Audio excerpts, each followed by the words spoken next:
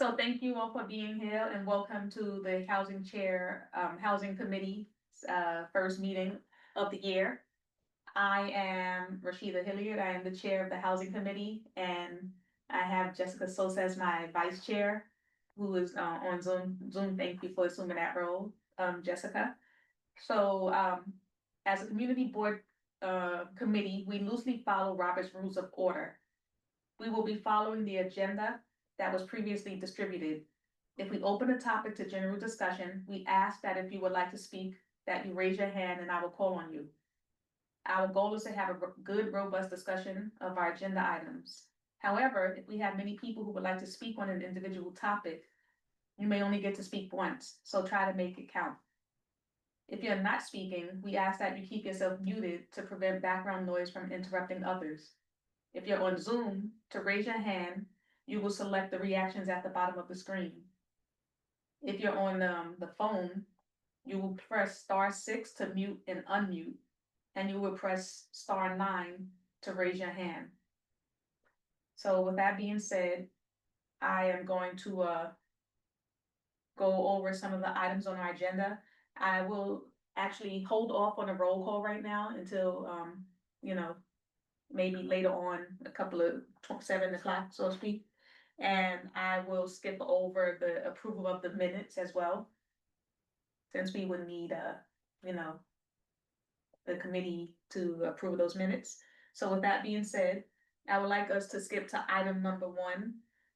Excuse me, let me actually go to yes. I would like us to skip to item number 1 if you have the agenda, and it's the summary of last year's meetings. So last year was my first year as the housing chair, and it was around this time that we had this sort of meeting. So what we like to do for the first meeting is to set the calendar, and before we do that, it would help if we knew what we actually had already done. And so I'll go through that relatively quickly. And if you have questions, obviously you can, raise your hand. So, of course, September 23rd, we set our calendar. That was the first day of last year's meeting.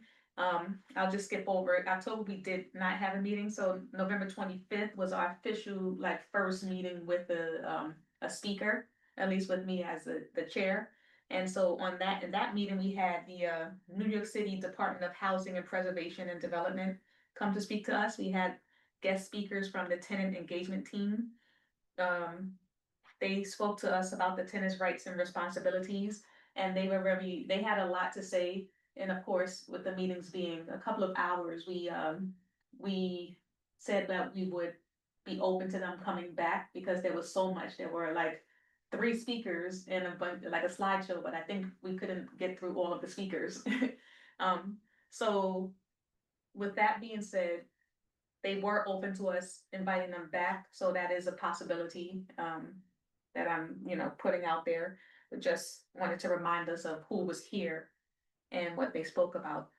That meeting was followed by the December 23rd meeting, and at that meeting we had Michael Heller, and Cyril Ritter, Ed Yeager, who also, I think they were on behalf of ARC, and they spoke to us about FISP implementation. If you're not familiar with FISP, I'll just go over what the acronym stands for, and it is the Facade Inspection and Safety Program. So FISP is a New York City law, formerly known as Local Law 11, and it requires owners of buildings taller than 6 stories to have the exterior walls inspected every 5 years by a qualified wall inspector. And after that inspection, a technical report is filed with the Department of Building to document the safety of the facade with repairs required for unsafe conditions. Our main reason for inviting them was that we wanted to also talk about the economic feasibility of having these inspections done in buildings where, especially co-ops, because co-op owners or stakeholders, or they are expected to cover those costs. And so we wanted to understand, why is it that a co-op owner would maybe have to pay, and what happens if you were in maybe what is it, like NYCHA or what have you, like if they get a bill, who pays for that? So we wanted to know like, um, how to move forward with that. Of course, we just had a discussion that from that discussion, it seemed that, things are still being worked out in terms of how often people might actually do these inspections, because we talked about local law 11, but then there's another law um, where people come and inspect buildings. I think there's a facade one, and then there's like another inspection that happens that there was a bit of overlap that at the end of the day, um, it could be an economic burden, particularly for, um, co-op owners and maybe even condo owners as well, because they have to assume the cost if there is anything wrong found, like any, I guess, let's say Department of Building decides that a particular facade needs $1 million worth of, renovation. How is that distributed amongst these, co-op owners and condo owners? That was like pretty much what we were discussing, and like who would assume that if you're not able to pay it? And the bottom line is that co-op owners and condo owners, would have to pay. So that's what we were discussing, and I think, we might actually have more meetings regarding that if it is still an issue, but it was one last year. Excuse me for a second.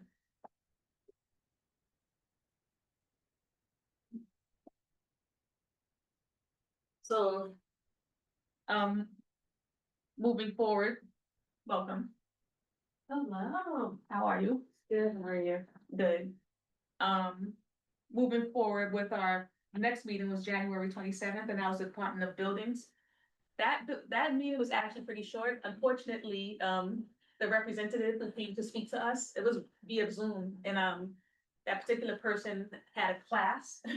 So the question and answer session was not really long. I mean, prior to the meeting, we did send out an agenda and we asked that, we want you to address some of the issues of Department of Buildings and how they could address the issues of our buildings, and how could they be of service and things of that nature. And the person had like maybe 20 minutes. So we'll probably invite someone from Department of Buildings again, but we just wanted to get an idea of how Department of Buildings can be helpful to housing, of course, with it being a building and housing being that is. So I will admit that that was a shorter meeting, and it was, you know, it was short. And so we could revisit that possibly in the future. So far I went through 3 meetings. I know I'm kind of going pretty quickly. Does anyone have any questions before I move forward? Okay. So, I know, how are you?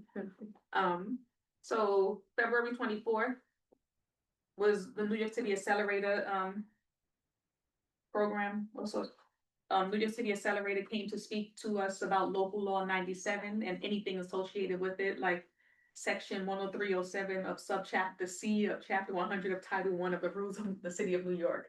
So basically, we wanted New York City Accelerator to talk about these, we hear about all of these laws about buildings having to be up to code.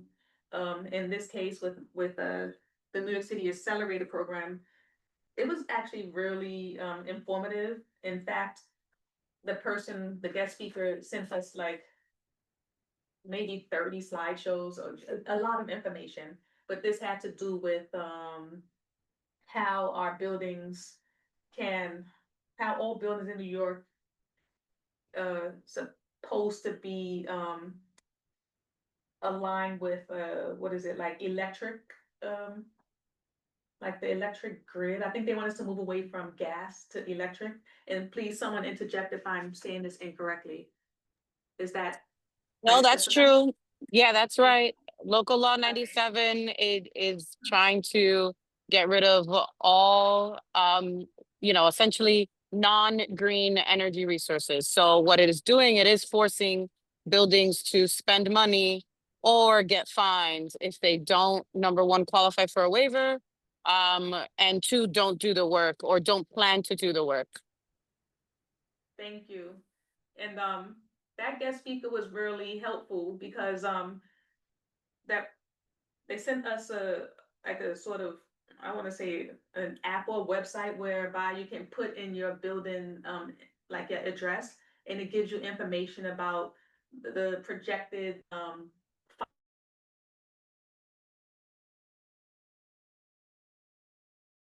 fines that your building might incur if you're not here. You just put in 50, what's the address? 5676, and might tell you like, oh, in 2027, you might owe $90,000 because blah, blah, blah. But it's good to know ahead of time so that if that is the case, then you know, okay, we need to maybe change our lights to LED lights or whatever. So I liked it for that reason. That website actually lets you know sort of ahead of time what to expect in terms of getting your building to become more green if you can. And there were a lot of resources in there as well. I don't know, as far as like financial support, I think stuff is still was still kind of new, so and things are being updated. But if I go back into the files, it would behoove me to go back and see all of those different, websites and things like that to maybe bring that back to our attention if it is needed. But I will say that it was an informative, meeting. A lot of information was disseminated in terms of like how we can possibly become more green and what to expect and X, Y, and Z. It was actually information overload, but in a good way. Um, so we might invite them back because the thing that I learned from these meetings with these laws is that sometimes they're introduced like maybe a couple of years before, but they're not put into effect until like years later. For whatever reason, maybe a particular politician is like, we want to have green energy, so then they really push the law and tell you, okay, you have a year to do X, Y, and Z. But at the same time, it might not be feasible, and usually it's not feasible economically for people when it's like we need to go from this to that in this amount of time, but it's going to cost X amount of money, and it's usually not a small amount of money. So I think that's a lot of where our conversations would turn to, like who's paying for this. Right. And that was a big concern because what it is, and I hope we can, invite more it is a big issue, I feel like, more for cooperatives, not renters, because these are native New Yorkers that invested in, a piece, a piece of New York, to make things affordable, and there isn't an affordable way to pay for this, and co-op owners and condo owners are going to see their maintenance fees or assessment fees go up because now their buildings are being required to adhere to this new local law. And there isn't any kind of, or at least that I don't know of, any grants to support, cooperatives that right now, their population cannot afford it. And with everything getting really expensive, this is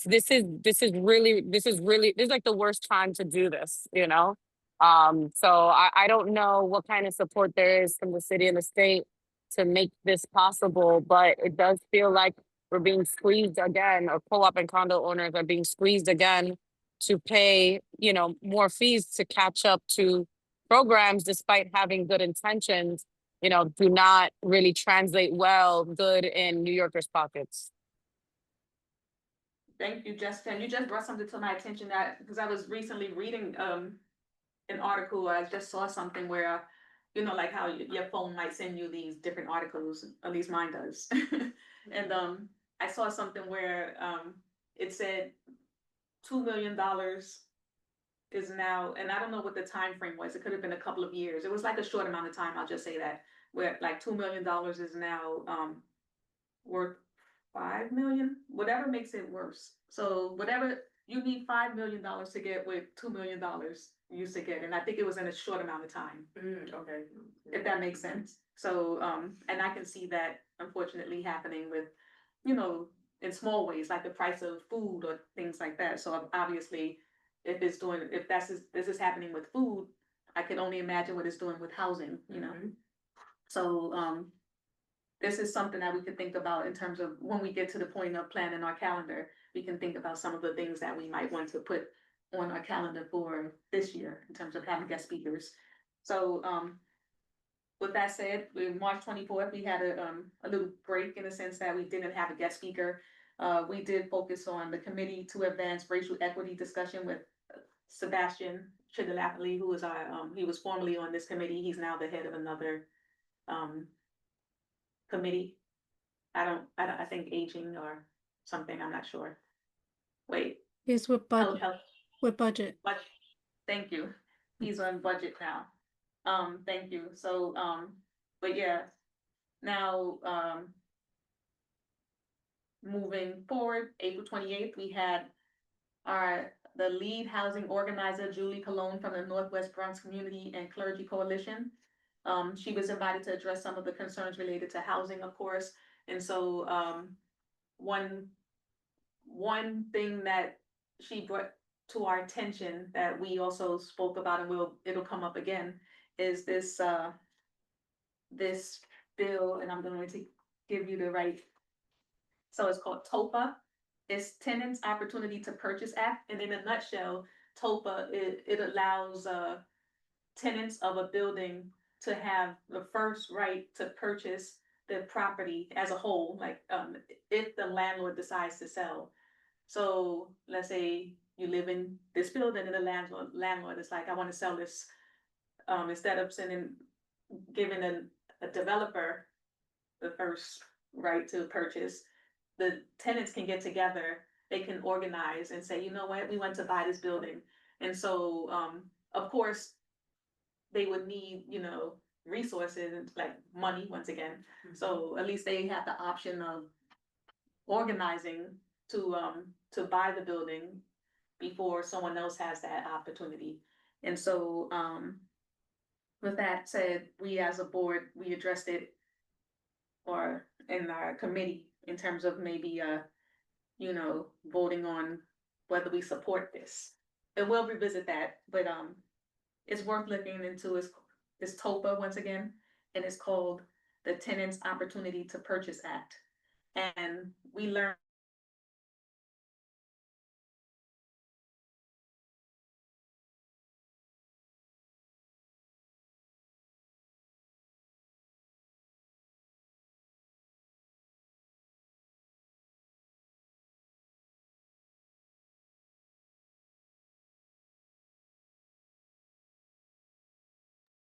They froze again.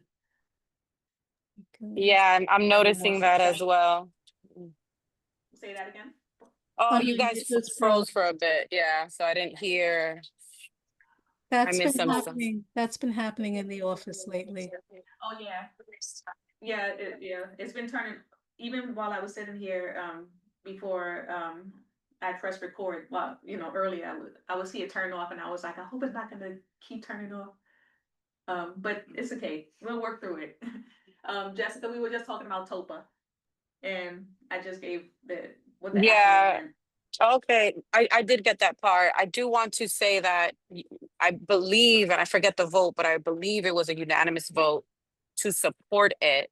I think, when we, talking about amending it, the resolution, I think it's just a matter of it being clear to the full board why we understand that this is good for New Yorkers and this is good for our community board, because all it really is giving tenants a fair shot of, like purchasing, their own, the home that they've been taking care of for years and not being pushed out by private equity firms that are not even from New York.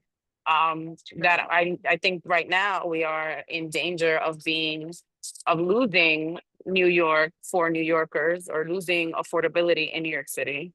So it is very important. I think that everybody understands that supporting TOPA is supporting New Yorkers. And it doesn't mean that they're guaranteed. It's literally just a shot at, ownership that, I think people understand is important.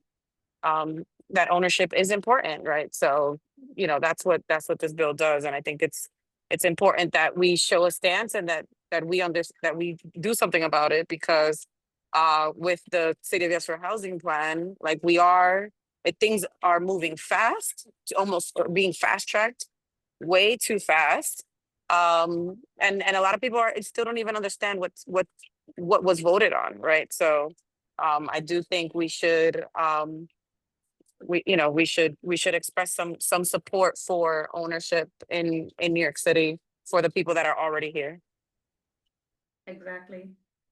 And not to say, like, reiterate what Jessica said, but it's true that it gives people that opportunity to purchase. So let's say you do want to purchase and you realize you don't have the resources, in doing your research, you'll probably end up coming across resources like, oh wow, together we can get $100,000 through H, Y, and X, Y, and Z, like, or HPD or whatever, to buy this. You might not have thought about that beforehand, like, if you were renting, you probably weren't thinking about, oh, I could have access to certain resources to help me purchase. But I think this opens up the opportunity for people to learn about the resources that are available to home buyers. And I think collectively you'll end up, maybe pulling or pooling resources together.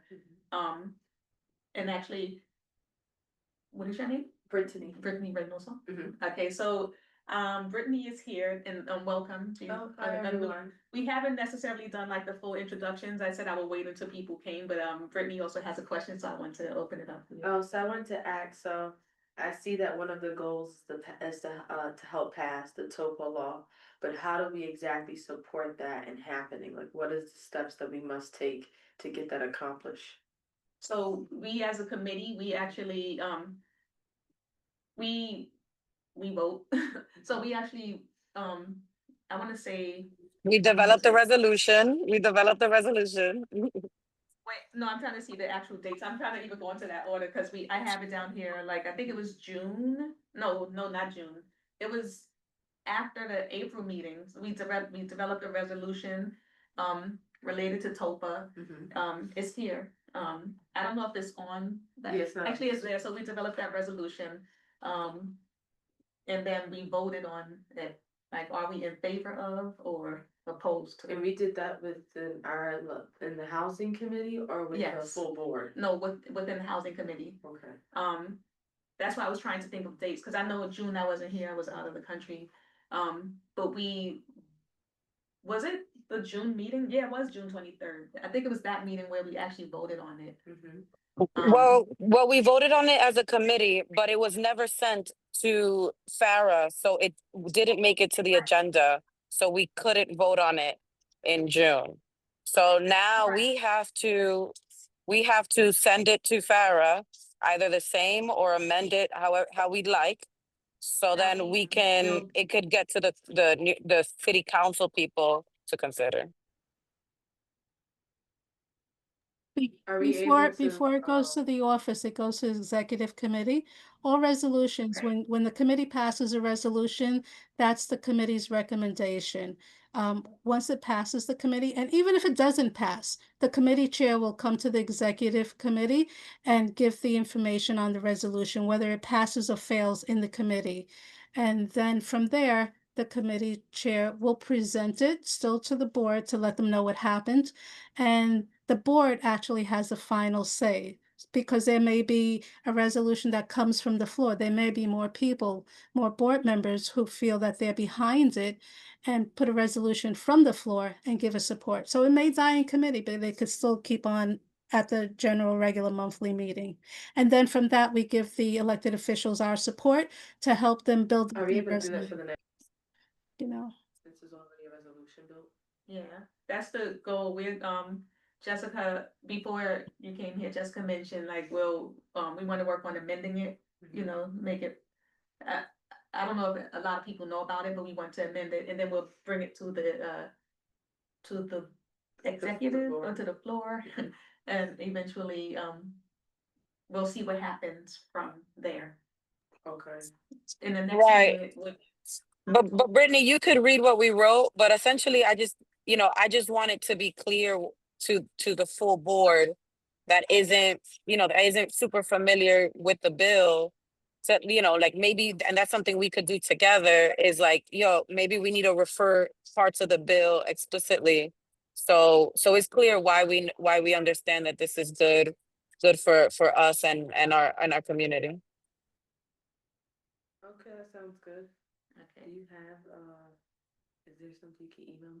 Oh, no, everything's, yeah, it's this, so anyone who's here online, if you have the agenda, you will see the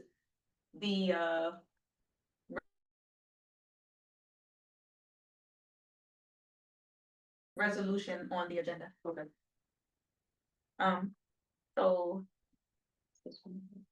And so I'm going to move forward with our next date, which, oh, well, it was Memorial Day, so our meeting was canceled, just fine. And then our final meeting of the year was June 23rd with Manur Fatima. She's a program manager from Bricks and Mortals. Bricks and Mortals is a grassroots membership organization that consists of individuals and organizations from faith-based institutions and real estate experts.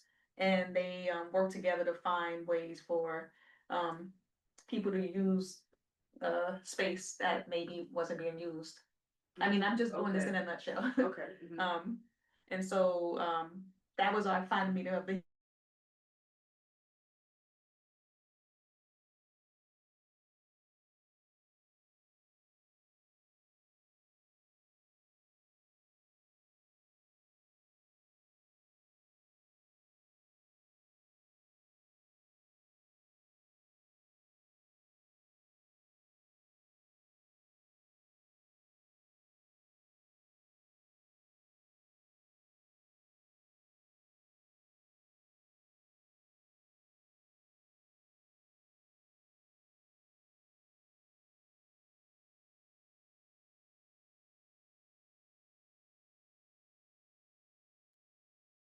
Okay, let's see your shows again. Oh, no. Yeah.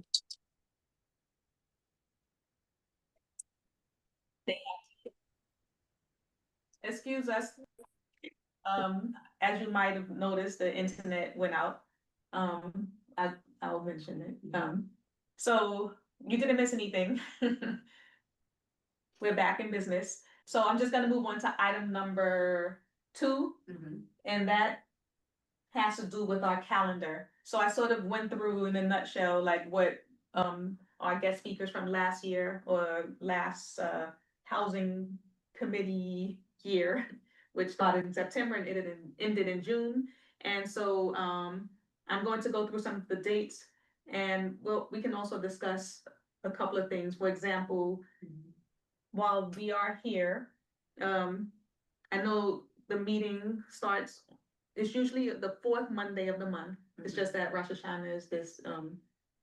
this month. And when with different celebrations, holidays, observances, the calendar does get shifted, and it's going to shift in October, not necessarily for us, but in general the calendar, because we have multiple meetings, it does shift, So today, our meeting would have normally been on September 22nd, but it's today, September 18th. We use this as an introductory meeting, and I think that's like a good idea to set the calendar.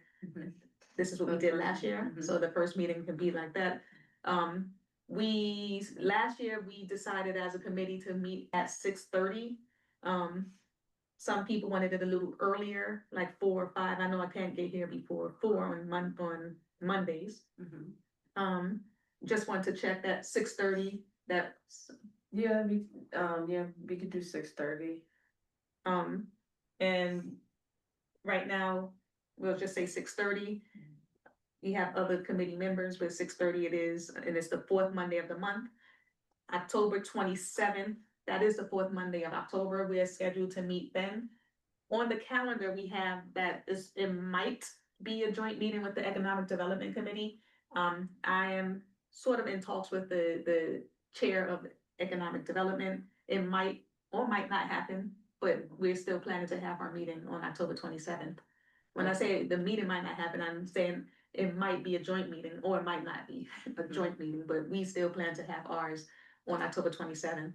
It's just that the calendar affects some of the other committees, so we are asked to, maybe combine committees, and that happens at times.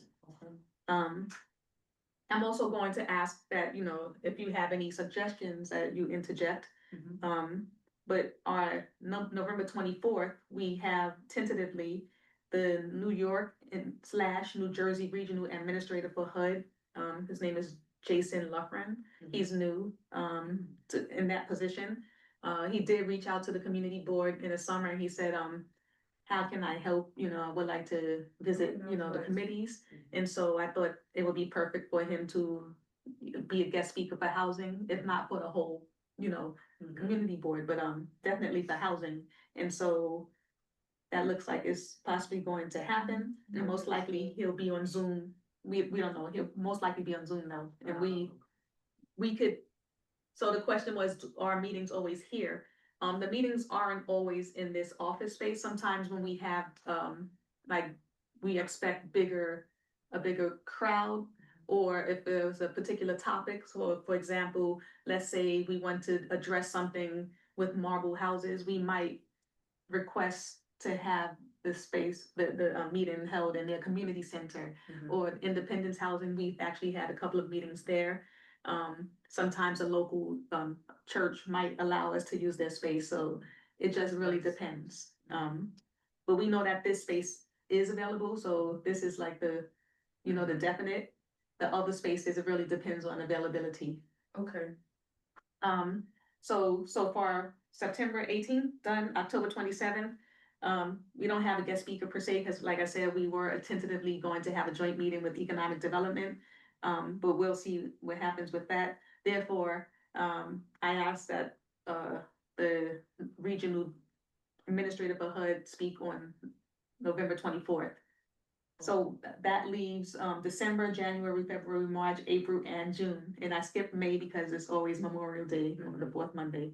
So I'm opening this up to our committee members. Of course, I can have ideas. In the past, I would have thought, oh, maybe we can have a theme, but I don't necessarily think a theme per se is necessary, because you might have issues that arise within a month, as opposed to, let's just focus on, a theme could be housing, because it's the housing committee. But I'm more inclined to say, if we have a need at a particular time, or if there's like an issue, for example, like a local law that needs to be spoken about, or what have you, that might be a good idea. Okay. So I don't know if we have ideas now. We try to set things up a couple of months in advance if we can, because guest speakers do want to possibly set things on their calendar. But this is where I open it up to you, and I do have a couple of, like, maybe an idea. So anyone going once? Yeah, of course. I mean, I like how we did last year. I think we did a really good job of addressing all the housing uh categories, right? We addressed renters, right? And then we addressed renters from like market rate renters, and renters on affordable housing rentals, and then NYCHA housing rentals. And then we addressed co-ops, we addressed condos, and then we addressed single family owners. And then we didn't go too deep into multifamily landlords, but like those are all the people that, or all the categories, or some of the categories that are involved in housing, like supporting housing and helping people either manage housing, find housing, repair housing, all of that, right? I mean, if we're gonna have a meeting with economic development, I think it could be cool to have economic development identify, maybe like the Riverdale or community, like just our community board, like all the businesses in our community that support repair for housing, or can do housing services. So we can, promote people to contract locally. and give them, you know, an opportunity to get to know people that need housing repairs or whatever. So, you know, I think that could be a good idea if we're going to meet together. Where, you know, how do we bridge economic development with housing? Is just like we know that housing, like everything's falling apart. So it's just like, and I know people struggle to find like, well, who's licensed in our community that can do this work? And you know, because and then can we drive business in the direction, right? And can we bridge those communities? So I think that's something that we could talk about. I like that idea. I was trying to think about how to bridge that gap and as well. And I didn't think about um like local businesses that could support housing, but that might be I actually like that idea. And with Julie on the line, is there anything that we as the housing committee need to be mindful of? Because I know when they ask in the past, when we talk about guest speakers, it's like your guest speakers should be, what is it, not for profit or something like that? It's good that if the speaker isn't a profit agency, because then it looks like we're supporting certain establishments. So that's why the office, they can assist you in getting speakers. You give them like the topic or who you wish to come and speak, because the agencies are flourished with speakers on any topic that you want. So just always work with your committee liaison and go from there. And then is this the same with a possible joint meeting? Like how would that work with economic development? Would we then be encouraged to look for speakers that It's between the um two chairs, the committee chairs. You guys really set the agenda. You guys set the agenda, your speakers, and then the liaison helps you. You're like, is Artie with housing? yes. Like, so Artie will assist you in like getting your vision across. You let them know what you and the other chair are looking for, what your ideas are, and they help you get the speakers. You know, they're guided by the chairs of the committees. Okay, because I'm And if thinking it's a like, little crazy, he'll let you know. oh, okay. No, He'll I'm let just you trying to know. You're in good hands with Artie and Farah. he would. I'm just thinking like, oh, what if they're like some what is it, hardware stores? Like, do you say I want No, this hardware store? in economics, that's part of the community. That's why your liaison will guide you through it.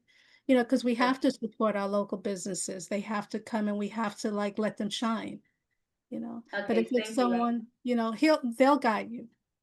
No problem. Right. Oh, So Jessica. yeah, go ahead. What are you gonna say? Oh, no, I said I like that, Jessica.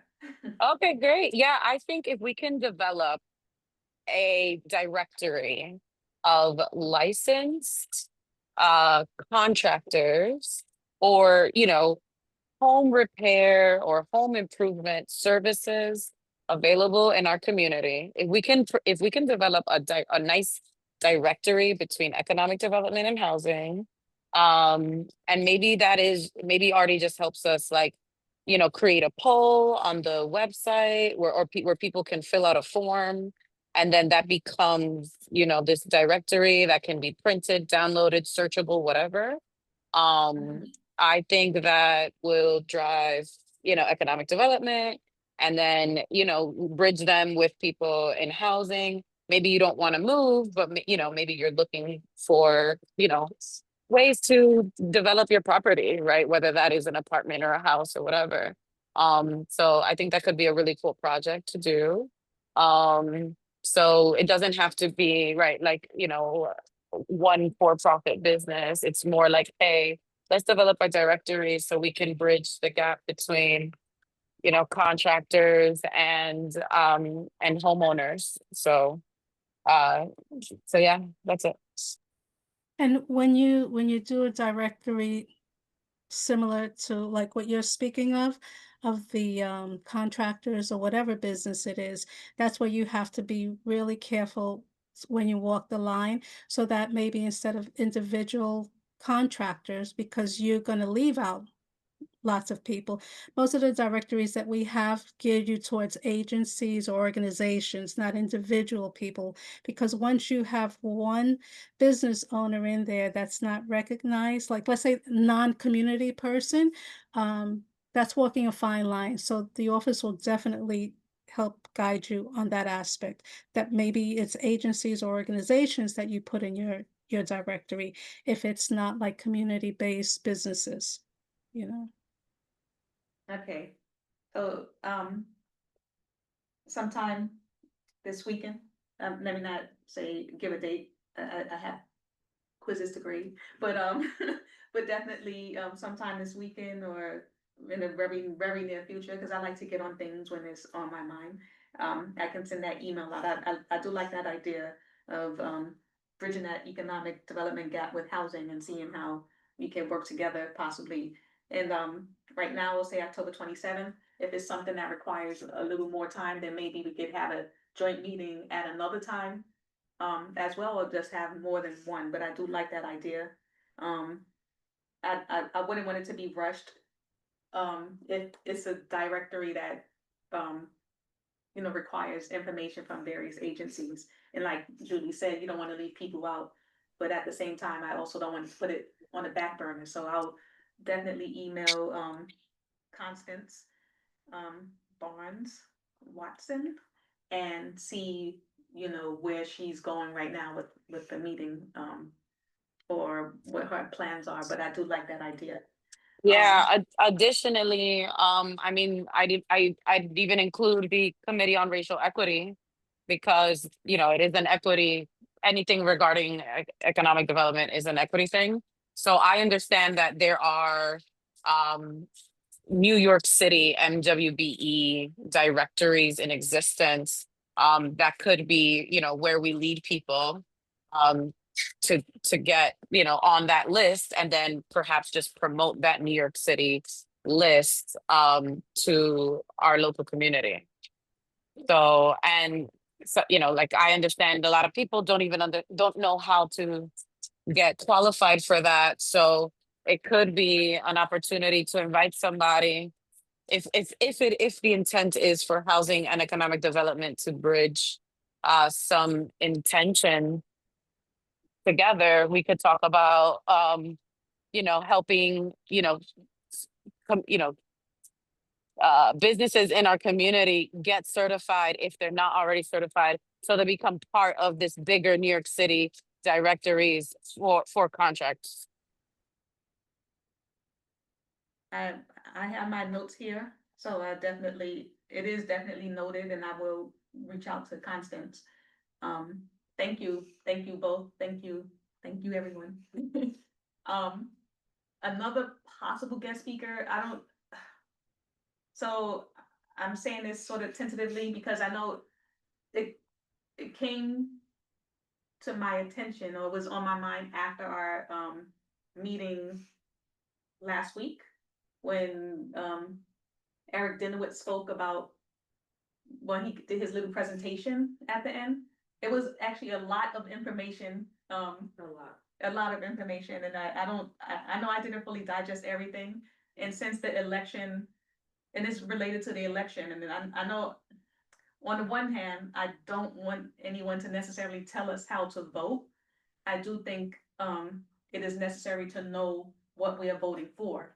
And so, I thought about possibly inviting him to that October 27th meeting, because we do have election, like you can vote early, starting October 25th, if I'm not mistaken, even though the election is November 3rd or one of those dates.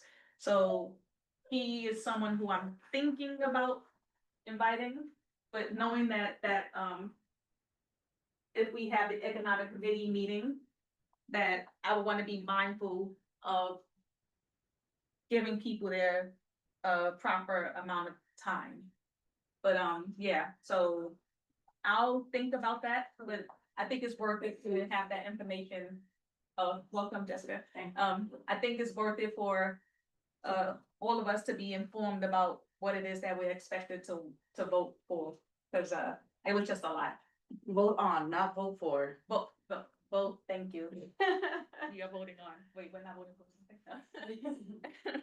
So, yeah, I'll work on that and see if that's feasible or even if it's a good idea to have both speakers for the economic committee meeting at the same time that we're possibly inviting Eric Dinowitz if he is able to speak.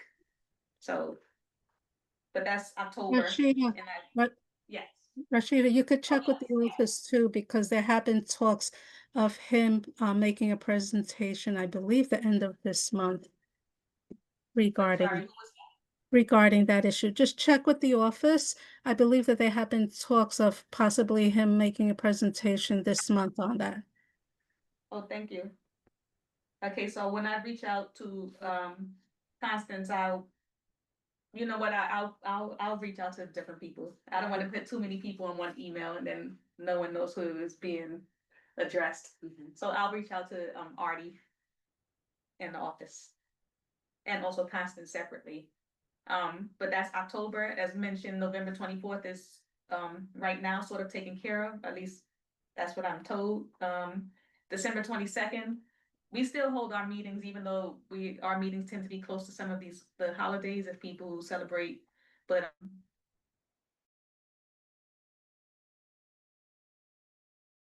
last year we did have, or whatever that Monday was before Christmas. So I would still like to have a speaker or someone come December 22nd and also January. So maybe if, I don't know if we have any particular people in mind for now that we might want to reach out to, but as I mentioned, I know some of the people who spoke before had so much to say that we could possibly invite people back. So for example, HPV, that meeting that we had. I mean, I would, the conversation I remember we had in at least the colder months was, you know, people losing heat in the middle of the night and then calling 311, but then the heat goes on at 9 AM when the guy comes and it's like, oh, the heat is on.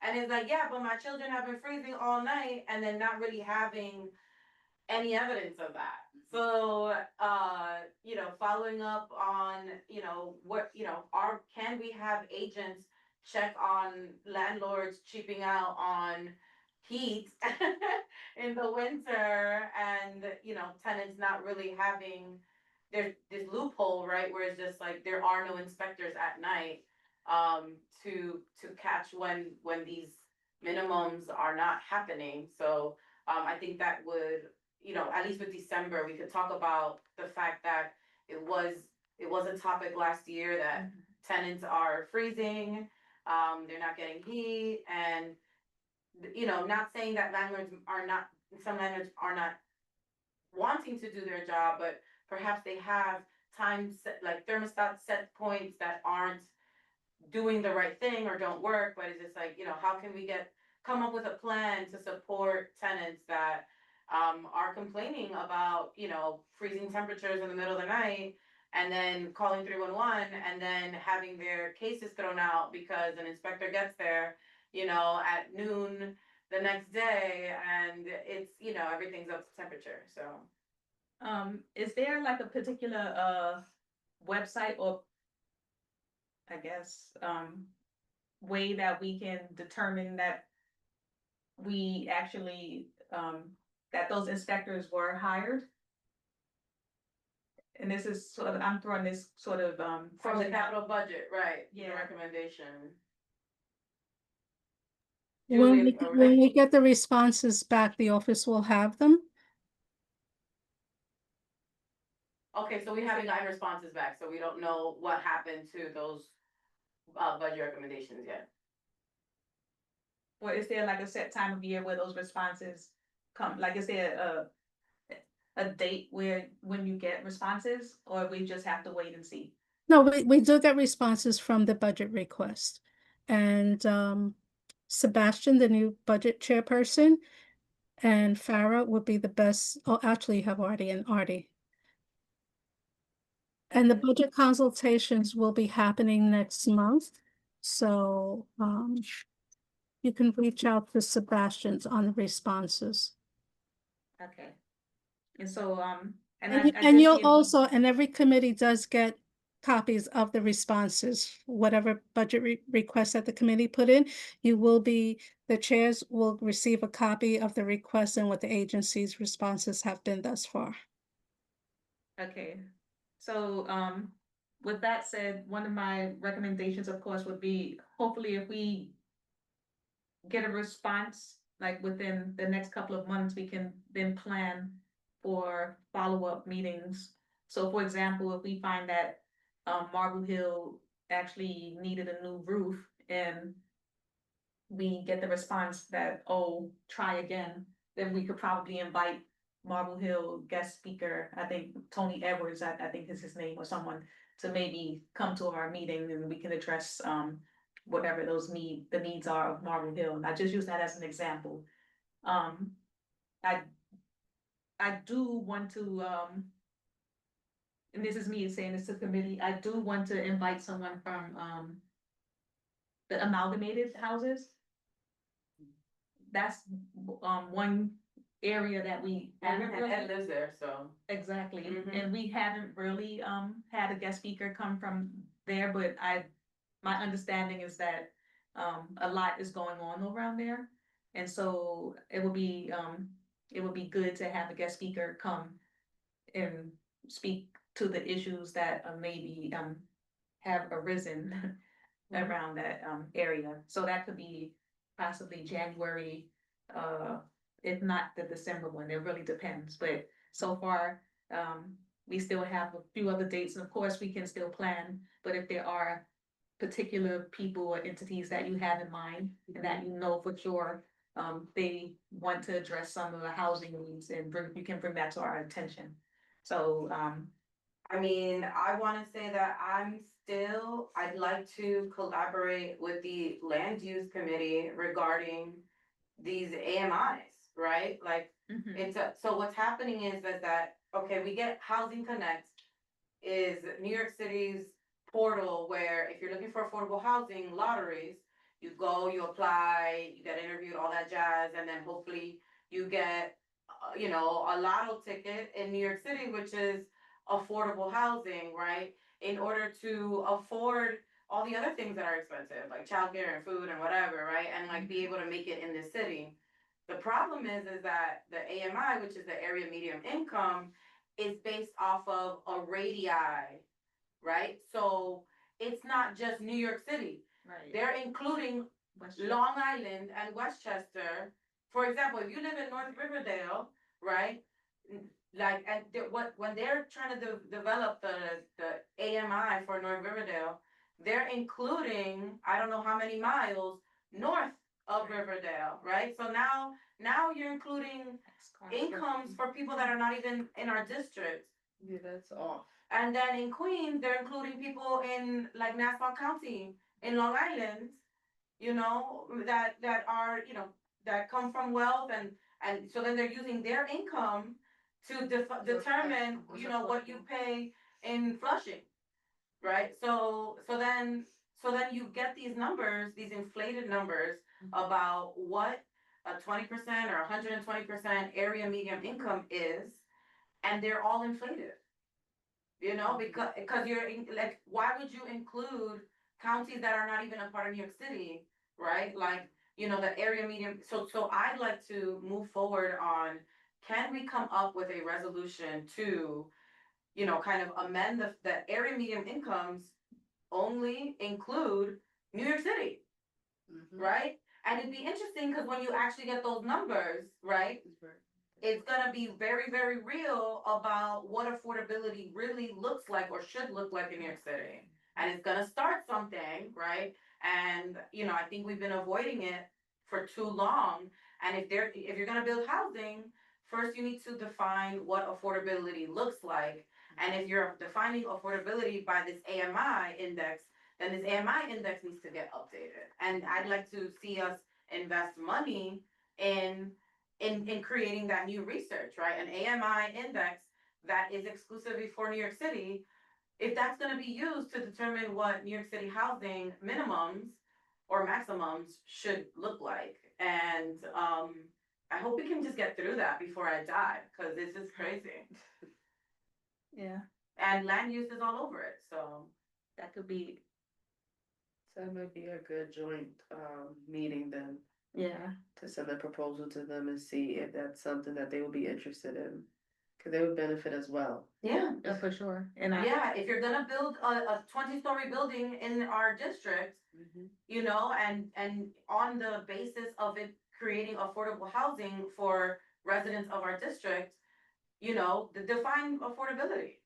Because $3,000 a month doesn't make sense when you make $2,000. right, right. You know, after taxes and after all of this, it's not, and it's based on gross pay, right? So it's like, Right, it's not even based on, you know, the fact that 30% of everything you make in your, if you don't have a business.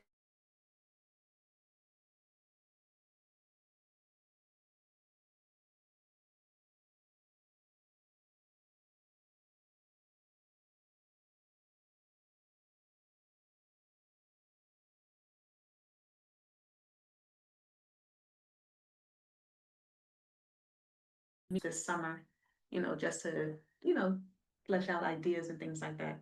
Or just like an informal meeting at the bagel shop. If that basically. doesn't happen, they're gonna build all these buildings, they say it's gonna be affordable, and it's not gonna be affordable. It's gonna be same, you know, kind of affordable, quote unquote, affordable housing that we're already seeing on Housing Connect. And the only people that are gonna afford it are transplants that are not from New York Mhm. and that got new jobs here, you know, and that's it, it's over, I mean, it's over. You, the buildings are, unfortunately, buildings are already being built. So, yeah, yeah, but, and it's gonna be fast tracked. right. So it's just like, they're already getting built and people don't even, and you know, I don't know, we're getting priced out of our own city. And it's a problem. It's a big problem and it's moving very, very fast. 3,000 is a lot of Any- money. I'm paying $2,000 a month in my little apartment here in Florida. So, oof. Yeah. Right now, what I'm seeing is 1-bedroom apartments, $4,000 Yeah, for a 1-bedroom. 2-bedroom apartments are not even being built. 3-bedroom apartments are not even being built. So you know, you wanna start a family? New York City right now, the way they're building, they're saying you don't belong here. New York City is not a city where, for families. Yeah, especially in the Riverdale, it's closer to what, as if you're going up, yeah. They have 1 bedrooms. They actually had, a building, and they were saying for renters, I called just to want to get price point. And she was like, yeah, 1 bedroom for one or 2 bedroom for like 5,000 a month. And I'm like, for 5,000 for what? For free parking, Right, what's included, free amenities, really? right. a free job or something? And the buildings aren't even new. So who are you attracting here? Not New Yorkers, not It current doesn't year. make sense. Mhm. And then, of course, they're making a lot of the places by Riverdale as well, Michelamas, in condos. Well, Um, Michelamas are also gone. and a lot of them are pulling back from being rented, from being renters, so like a lot of the buildings, even when I had looked like maybe like a year ago, or a little bit less than a year ago, a lot of the places was like, oh yeah, we may have maybe 2 apartments for renting, but no, we're trying to make it like a condo. Building is crap. But it's already giving you that type of idea, like, okay, you're purposely don't want people to rent, you want people to buy, so that means you're looking for people that's gonna have 50,000, Yeah. 200K for an apartment building that isn't set up for that. So it's a little bit, you kind of get a mindset of who they're trying to attract within that community. right. So That's exactly right. So, Well, this is why we're here in this housing committee, and we can. I mean, we're trying, right, so. but I like that the directory, that would be a great goal. I was actually gonna bring that up before you said it. Oh, great. So, Okay. I was first thinking of, cause we're doing a directory, for the youth. So when you, mentioned that, I was like, oh, she said it before I could. So I think a directory would be great also, to get out there for, for the community to know. Mhm. So I think one of the main things is the community doesn't have the knowledge that they should have. They don't to come be here, right? equipped Mhm. to handle those situations, but everyone's going to HR, everyone's going here, everyone's going there. But no one's having the edge, no one's fully educated on what's actually what's happening. Mhm. And what they need to go to housing court and go to X, Y, and Z. So I think the director would be a great idea to spread, but also to, like you stated, have meetings in certain housing areas and maybe even doing a tabling where we're able to give that information to the community, especially like summertime or before it's to like winter. To like provide that information for the community, so at least they're knowledgeable, and that'll be one huge goal for oh. No, you can continue. We'll, continue out. Julie, I see your hand is raised. When Brittany's finished her thought, I will, take it. Yeah, I think that would be great for the community to know. Thank you both. And Julie, I see your hand. Is that an old hand or a new hand? Oh, no, that's a new one. I just wanted to ask if Brittany, if you've seen the housing resource guide that we have in the office. If not, take a copy with you, and it's also online. For anyone who's online who wants housing resources, you just go onto the community board website and you scroll all the way down to the bottom, or you go to the housing committee tab. And it has a lot of resources that you were just talking about, Brittany. Okay, so I'm gonna When you're definitely walking take. out the office, they're right on the desk there. I'll show it to her. I'll find it and show it to her. Okay, so I definitely wanna look at that to also see how accessible it's for others, so I definitely wanna speak about like. Advertisement, Mhm. I think that's extremely important, if you're gonna be able to educate people, you have to advertise for them to see it. Mhm. And how accessible that flyer is it Right. fully? Oh, it's a book, girl. I'ma just grab it. So y'all keep talking.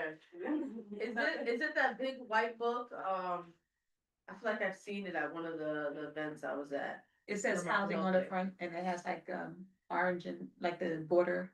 But yeah, I gotta see it. Jessica's gonna have to get one, but it is online as well, as Julie was pointing out, it is a good resource. And, we can add to what is there if necessary. So thank you for these new ideas. And thank you all for, listening. We still have a couple of other things, items on the agenda. We sort of actually, The English and Spanish. Okay, I've seen these. exactly, we sort of spoke about item 3 with item 2, so hopefully that's okay with you all. I didn't say this was item 3, but item 2 was what a calendar, dates, and item 3, was like planning the potential guest speakers. Give me a second, that's, that was, okay. Hello, 917, can you write your name, please? Deanna Cope. Deanna Cope. Yes. Okay, thank you, and welcome to our meeting. So we're now, actually, we are going to do, the roll call. Now that I'm here. So, roll call, Rashida Hilliard here, Ingrid DeLeon. Absent. Richard.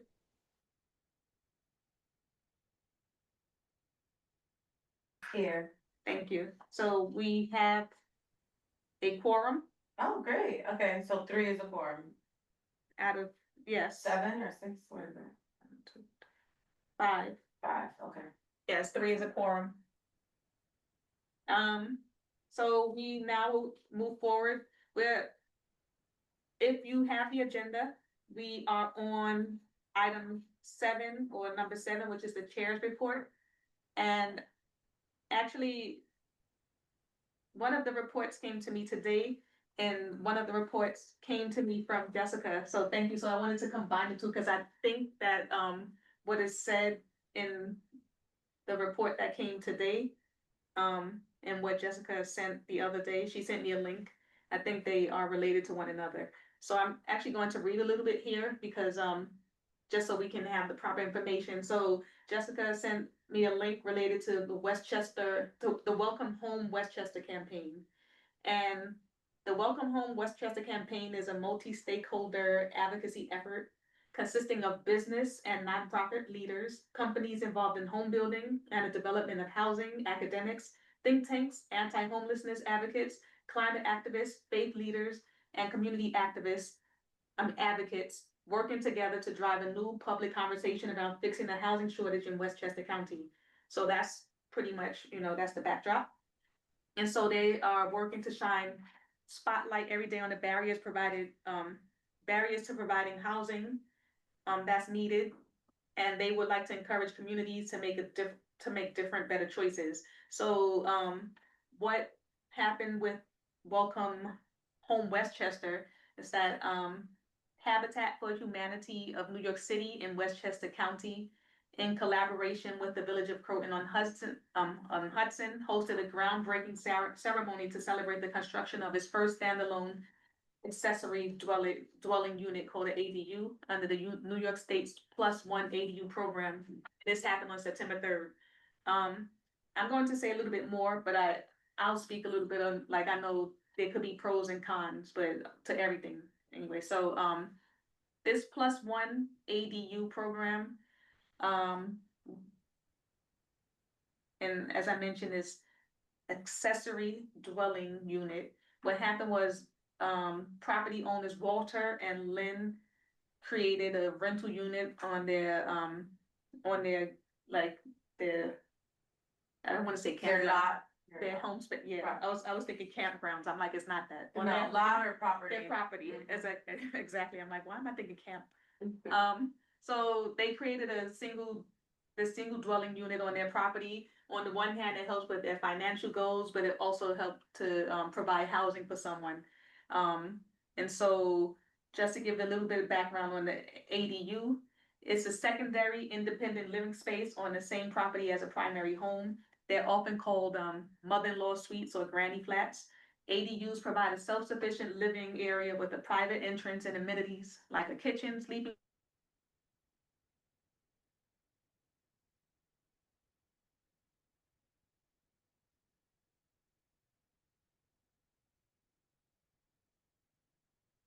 rental income and providing a home office.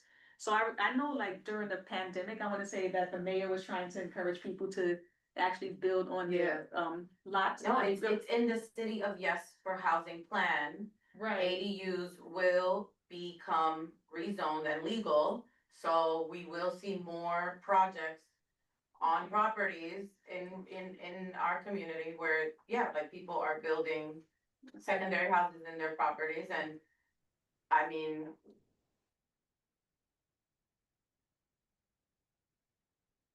we have community board members that feel different ways. Right. Example of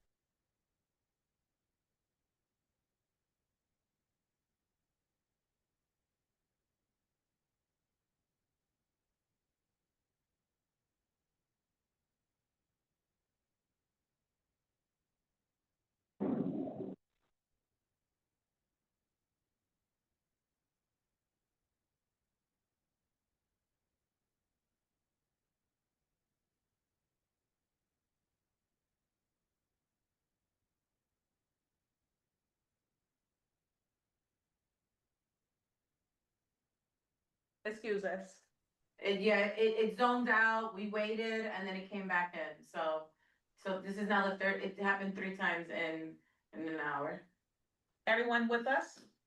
Can We you good. say yes? Okay, thank you. Yes, we did lose you. Okay, so we apologize in advance, but we have no control over the internet. So of course, as Jessica mentioned, there are seem to be some pros and cons to having an accessory dwelling unit on your property. On the things that we have heard or probably can, come to these conclusions. On the one hand, we know it does provide housing for people. It might provide additional rental income for a person if they, need the extra money, but they also have the space to provide housing for someone. So there could be some pluses, obviously. I guess on the other hand, we do know that sometimes people may be moving to a space.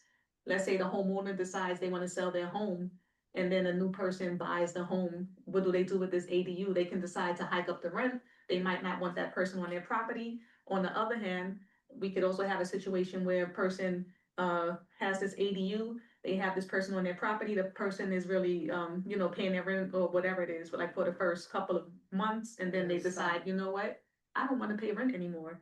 And so what happens there? Exactly. So these are some of the issues that These have are the arisen. issues, right, these are the issues where it's just like, you know, do you get squatting rights in an Yeah. ADU? If you're in Right. somebody else's property, they own the land, you're rent, you know, like But what, you're- how does that look like? Yeah, cause you'd be considered a tenant. Mhm. Exactly.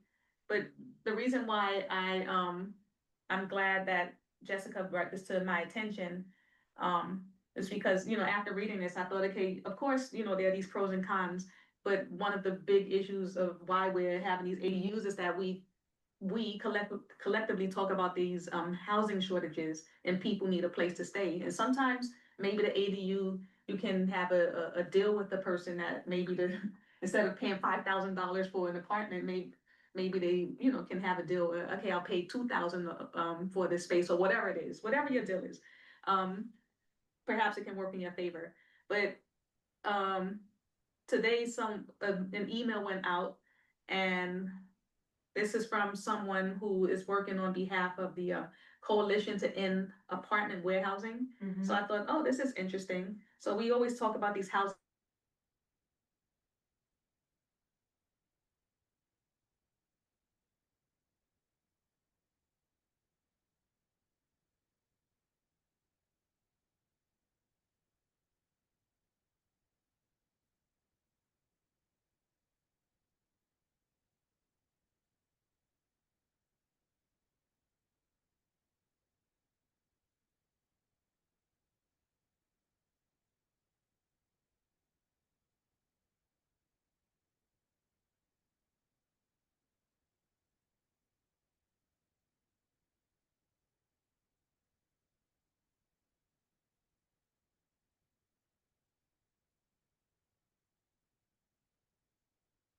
So do you want to repeat? No. Oh. Go ahead, go ahead. So I thought with this idea that there are these apartments that are being warehoused, we can also look into that. Like, what is this? Like, where are these apartments? Why are people saying there? I mean, I'm sure there are shortages in some cases, but at the same time, it might not be as much of a shortage as people are saying. Mm-hmm. We could look into who these landlords might be, or are there empty apartments in the district, like that can be and affordable ones at that, that can be advertised to people of the community. Actually, I will stop right there because I think there might be questions about the chair report, whether it be the ADU or these warehoused apartments. No question. No questions? Anyone have any questions in our audience? Our Zoom audience? Going once, going twice? Don't worry, you'll get these minutes as well. So, I mean, yeah, with the warehousing, I didn't see an address in the report. I did Right. click on it and kind of like them that were in our district. right, This is more of a New York City at large issue. I don't know how we can find out where it's just like, hey, do we have landlords in our district that are holding off on repairing apartments and preparing them for rent because they know developments are coming that can allow them to rent for a higher rate instead of being locked into a tenant and then limited to raising their rent 6 or 8% or whatever every year. They're like, they're waiting for City of Yes to pass, developers to get the green lights, bigger buildings to get built. Now the goalpost has been shifted, so it's like, yes, in 2025, they could probably repair that apartment and rent it or $2,500 or $3,000 or whatever, now the goalpost moves, they can rent it for $4,500 or $5,500, and and it's just not fair when it's just like there's a need for housing, and we're like, how can we help landlords remove the excuse of not wanting to rent apartments that are empty, that remain empty, right? Like, do we, how can we help them repair the apartments and keep it affordable, right? So what incentives can we motivate or create, so we're not hiding housing? Like, that's crazy. Yeah, that would have to be, it's definitely gonna be on the city level, cause they would have to offer an incentive to the landlords. Is that something we're able to? Right, for us, it's just focused on our district. If we're aware of landlords that have, or apartment buildings that have empty apartments and are just boarded up, instead of housing residents in our district that are looking for housing, like, making that I think could be a focus we can address. But I didn't see any CBA buildings reported in that report, so.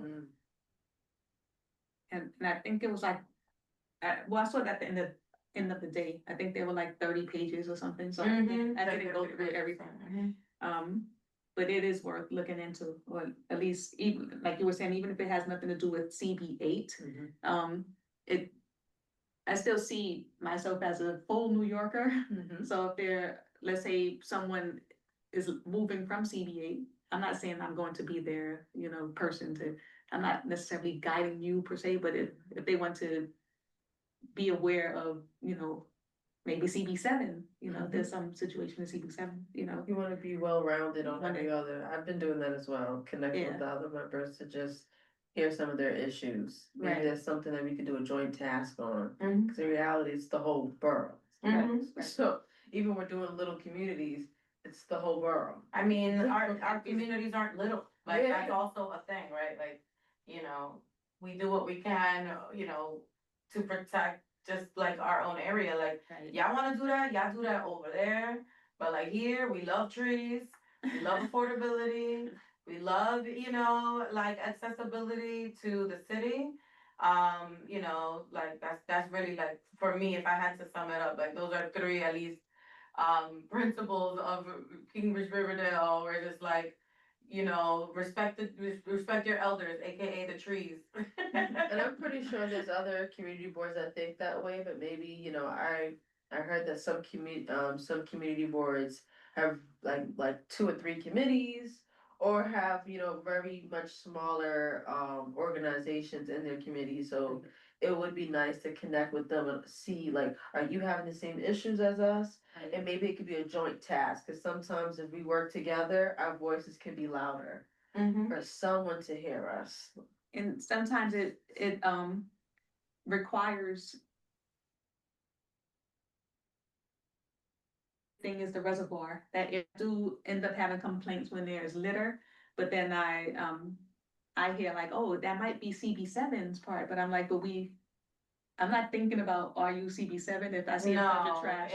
yeah. Like, I don't care whose it is, I'm going to report this. And so in that way, I think collaboration is key. I mean, maybe there's some things that are specific to a certain community, I get it, like maybe you have more single family homes in Riverdale. And so we might talk about that a little bit more than, let's say, Midtown Manhattan. Exactly. But at the same time, I think there are some issues that cross like all boroughs, not just even the Bronx, but we have Washington Heights right over, or Inwood, whatever, so yeah, I'm not trying to add anything extra to our plate, but we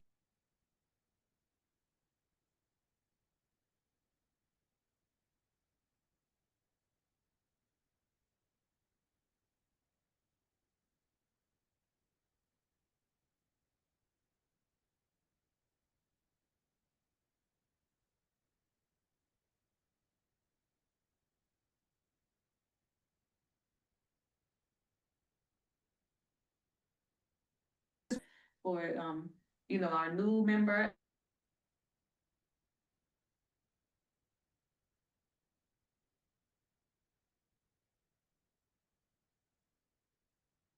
to get this on record that I am grateful for our new committee member. I'm grateful for Jessica taking the helm of, you know, Role being right this role. there, yeah. Exactly. Mhm, I And so agree. thank you all. So our old business, which is our next item, old business is TOPA, the Tenants Opportunity to Purchase Act resolution. We mentioned that we would like to, we haven't brought it to the floor, to the board, the full board yet. So we are planning to amend this resolution and Just then, look at it, right, cause Brittany Yeah. hasn't seen it, it hasn't made it to the floor, look at it, read it, you know, And read this- the bill too, right? So then when we do bring it up, we're giving people more answers than provoking new questions, like. Are we doing like a PowerPoint for that? No, no, I mean, we could share the bill, like, you know, hey, this is the bill, right? it does. But the resolution is kind of like summarizing like what about the bill we love and why we think it's important now. Okay, Mhm. and would that be ready for, I guess, the, I'd like it to be ready because we technically already voted okay, on it on the committee level, like, we just haven't submitted the resolution yet. And being that it's a new year and we have you as a new member, like, to include you in the conversation around it. If you have any ideas on how to amend it and make it just like clearer, more to the point or whatever, so then when it does hit the floor, you're also informed about what it is that was voted on in June. and how soon can I review it and give it okay? available. No, it's there, but we can, So do I email you and let you know? We like, could, right, we could do that, right, like can we do a Google Doc, Yeah. right, and then just like, you know, just start adding stuff. Are we able to do it this week or next week? I'm down, it'll be As live. soon as possible. Let's, I'll yeah, get it get it out, yeah, Yeah. I'm here for, I agree. I have availability like this weekend to work on that, so I'd be down for like, yeah, like, you know, this, I'll look at it and like add my 2 cents or whatever. Okay, that's Mhm. perfect, that's perfect. So do you wanna, share emails once we're we finished? have, we, Oh, the directory, Yeah. right, the Yeah, community we board do. directory. Mhm. in fact, I did email you all this summer. If you didn't get an email from me, then maybe the email was working, but I'll double check. Yes, please. I know we have each other's email. Right, but right. I did email you as well, whatever was on. Even in the meeting invitation, is it shown like our emails when we get the invitation to this? Or is it just that? No, I don't think so. Oh, okay, alright, but it's available. We'll Let me get make sure I some have it response. for. With them. Brittany, If you you don't should bring- have received the directory. You don't have the directory, the board directory? But this, no, not this. You meant, the one where we have all our information on? Yes. Emails I and have. telephone numbers should be on there too. Okay, If you didn't get it, reach out to Farah. okay. So, so we'll be working on that starting this weekend. That's TOPA. Yep, And just the I'm- resolution, the yeah. resolution, yeah. We're not working on creating anything new with. No, we're with just it. making just it, you know, adding more language so that when it does make it to the floor, like people understand, you know, number one, the urgency of, you know, organizing around it. As New York City right now is for sale Mhm. and the tag price is not cheap. That's a nice way. New York City is for sale and the tag price is not cheap. I like that. We can make. Yeah, I like that. Or it's not for New Yorkers, you know, cause I'm not trying to call New York cheap or whatever, and it's not for New Yorkers, and it's not priced for New Yorkers. So we'll do that this weekend and October 14th, I think, is our next big meeting. We have an executive meeting first, so I have to bring it to the exec. Right. But our next full community board meeting, I wanna say, is probably October 14th. So It's at the that's- end of October. For October, the regular monthly board meeting is October 30th. oh, So yeah. we gotta, oh, that's the big meeting though, Yeah, not that's what I'm the, saying. when's the executive meeting? Cause they have to go to the The executive day first. before. Oh, excellent, okay, cool. The 29th? And if your resolution, you're not having an October meeting, right? I'm planning to have one the 27th. Okay, great. Great, so then you can present the resolution and this way the public can get a copy of it before you vote on it. That's great. Good. And I will say if I have, because it's also busy at work with parent conferences and things, like starting now I will keep you all informed because, I got you. yes, Mhm. because these dates. Remember the word delegation too. That's what your members are for. Delegate.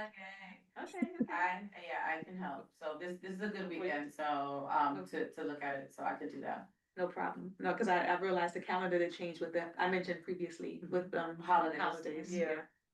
So, with that said, next item is new business. Any new business, which, I mean, besides what we were just talking about, any new business? No, I think we're good with the new business of where our goals are. Yeah, I just wanna say, I would like to,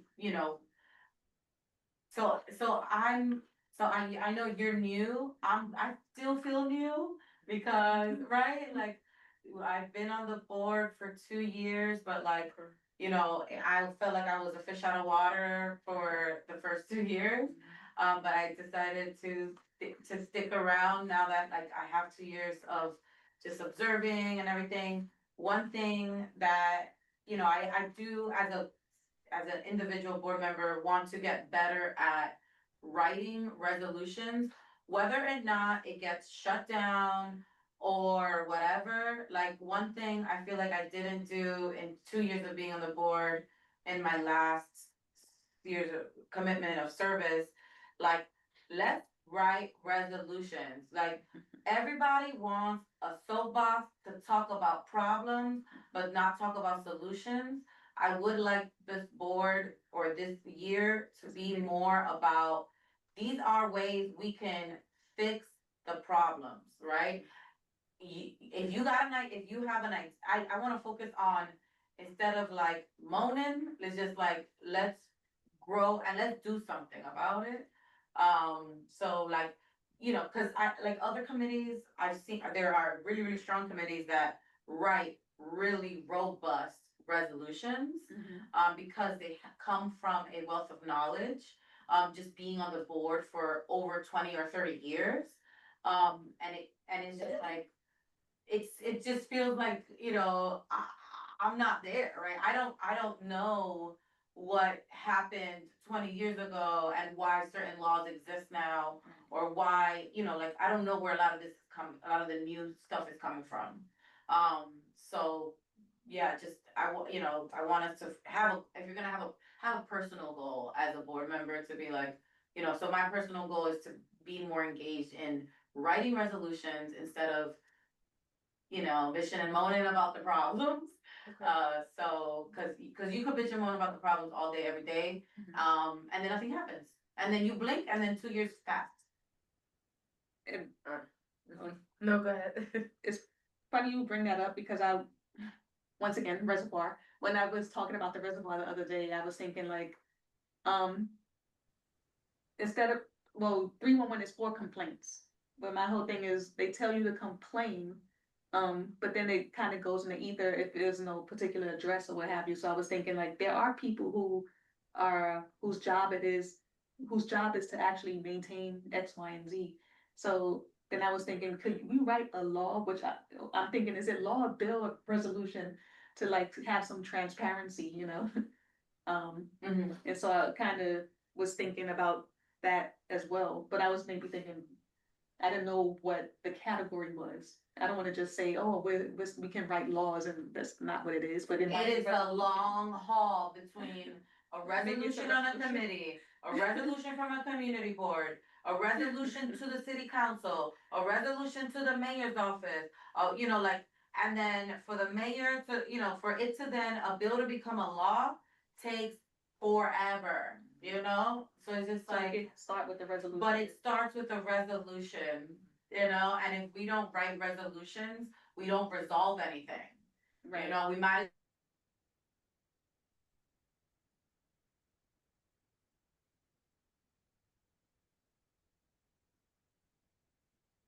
Further up. That's our 2 cents. We're just here to give our 2 cents. And I think Julie has 2 cents as well. Go ahead. That's Yes, it's just following up on Jessica. The chair of the Law, Rules, and Ethics, every month he sends out a huge spreadsheet on what the different council members are working on. If you're looking for to give a council person support on any resolutions on them to pass legislation, I say check out what Marty sends monthly. Also look at the council members in our district to see what they're working on and to give them support. We have one who's the chair of the housing committee, so you'll definitely find plenty of resolutions through there. I say look through what Marty sends out. If you're looking for anything that you want to give support that's already there that they may need support. Thank you, Julie, I think that's great. That would be good too, to support someone that's already having. Put in the work and getting paid, that's their job. And then we're able to kind of benefit from that by showcasing, like, yeah, they're doing the work and we're out here supporting them too. Mhm. And then they can hopefully shine the light on this actual committee that's here to help. Correct, I think that's great. That might be a nice, goal to have. So that, And our, that could, and our very own council member Sanchez is the chair of the Committee on Housing and Buildings, so you gotta find plenty there. Mm-hmm. actually, I have Pierina Sanchez written here, cause I know, I was thinking, since, you know, With we're the talking t- about yeah, this, maybe a guest speaker, I mean, One sometimes. hundred, I would say she's she's the most relevant guest speaker that we could have at the housing committee, being that she is the chair of housing for the city council. And she's very supportive of Community Board 8 and she has spoken at committees in the past. So definitely she would be a great asset to us. Okay, so we'll put her down as a possible, guest speaker, along with, land use joint meeting and, so, and of course, we can add or, you know, move things around as, we see fit, you know, but, we have a lot to work with right now, which is a good. I'd rather us have more to work with than nothing. Mm-hmm. So, thank you. Any other new business? With that said, then can I make? Yeah. I'd like to make the move to adjourn this meeting. Second. Thank you. So this meeting is adjourned at 8:10 PM. I will stop the recording right now. And thank you all for attending. Always, thank you as always, Rashida, for a good meeting. And your members. Thank you. Congrats. Good night. Thank Night. you. Thank Good you night, so much for a great everyone. meeting, guys. Good night. Good night. All right. Nice to meet you, Brittany, Jess, Sosa. I wanna shake your hand.